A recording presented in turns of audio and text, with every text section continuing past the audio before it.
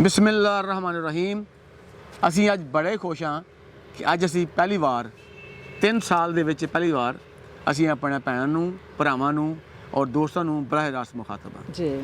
ਤੇ ਬਾਹਰ ਫੀਲਡ 'ਚੋਂ ਆਏ ਹਾਂ ਤੇ ਅੱਜ ਅਸੀਂ ਇਸ ਜਗ੍ਹਾ ਬਹਿ ਕੇ ਦੋਨੇ ਆਪਣੇ ਭੈਣਾਂ ਭਰਾਵਾਂ ਨੂੰ ਆਪਣਾ ਅਫੀਸ਼ੀਅਲ ਨੰਬਰ ਦੇਣ ਲੱਗੇ ਹਾਂ ਤਾਂ ਕਿ ਹਜ਼ਾਰਾਂ ਲੋਕਾਂ ਨੂੰ ਜਿਹਨੂੰ ਗਿਲਾ ਸ਼ਿਕਵਾ ਸੀਗਾ ਕਿ ਸਾਡਾ ਨੰਬਰ ਤਲਾਸ਼ ਕਰਦੇ ਨੇ, ਅੱਜ ਅਸੀਂ ਆਪਣਾ ਅਫੀਸ਼ੀਅਲ ਨੰਬਰ ਲਿਖਾਉਣ ਲੱਗੇ ਹਾਂ।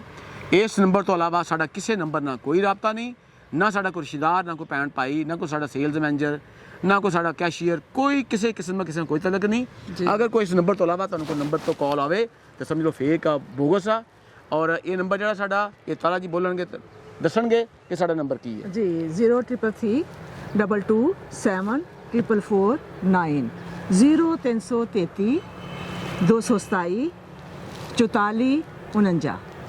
ਔਰ ਇਹ ਤਾਰਾ ਜੀ ਨੇ ਨੰਬਰ ਬੋਲਿਆ ਵਾ ਆਪਣੀਆਂ ਭੈਣਾਂ ਵਾਸਤੇ ਤੇ ਆਪਣੇ ਭਰਾਵਾਂ ਵਾਸਤੇ ਮੈਂ ਨੰਬਰ ਬੋਲ ਦਿੰਦਾ ਵਾ 0333, ਮੈਂ ਦੁਬਾਰਾ ਰਿਪੀਟ ਕਰਦਾ ਵਾਂ 0333 22 7 449। ਉਰਦੂ 'ਚ ਬੋਲ ਦਿੰਦਾ ਵਾਂ 0333 22 7 4 9। ਫਿਰ ਦੁਬਾਰਾ ਬੋਲਾਂਗਾ 0333 227 449। ਇਸ ਤੋਂ ਇਲਾਵਾ ਅਗਰ ਕੋਈ ਨੰਬਰ ਤੋਂ ਕਾਲ ਆਉਂਦੀ ਆ, ਉਸ ਨੰਬਰ ਸਾਡਾ ਕੋਈ ਰਾਬਤਾ ਨਹੀਂ ਹੈ। ਇਹ ਸਾਡਾ ਅਫੀਸ਼ੀਅਲ ਨੰਬਰ ਹੈ। ਔਰ ਇਹ ਅਫੀਸ਼ੀਅਲ ਨੰਬਰ ਅੱਜ ਅਸੀਂ ਬੜੇ ਖੁਸ਼ਗਵਾਰ ਮੂਡ 'ਚ, ਬੜੇ ਅੱਲਾਹ ਪਾਕ ਦਾ ਸ਼ੁਕਰਗੁਜ਼ਾਰੀ ਅਦਾ ਕਰਦੇ ਹੋਏ ਹਾਂ ਕਿ ਅੱਲਾਹ ਪਾਕ ਤੇਰਾ ਸ਼ੁਕਰ ਆ ਕਿ ਤੂੰ ਸਾਨੂੰ ਬਹੁਤ ਸਾਰੀਆਂ ਕਾਮਯਾਬੀਆਂ ਦਿੱਤੀਆਂ।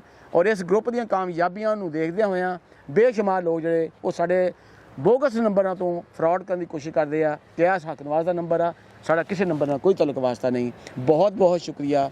ਅਸੀਂ ਆਪਣੇ ਭੈਣ ਭਰਾਵਾਂ ਦੇ ਵੀ ਬੜੇ ਸ਼ੁਕਰਗੁਜ਼ਾਰ ਹਾਂ ਜਿਹੜੇ ਸਾਡੇ ਨਾਲ ਖੜੇ ਨੇ। ਅੱਲਾਹ ਪਾਕ ਇਹਨਾਂ ਨੂੰ ਸਿਹਤ, ਜ਼ਿੰਦਗੀ, ਤੰਦਰੁਸਤੀ 'ਚ ਰੱਖੇ, ਆਪਣੇ ਹਿਫਜ਼ੋ ਇਮਾਨ 'ਚ ਰੱਖੇ ਔਰ ਅੱਲਾਹ ਪਾਕ ਖੈਰ व बरकत अता फरमाए। आमीन। आमीन।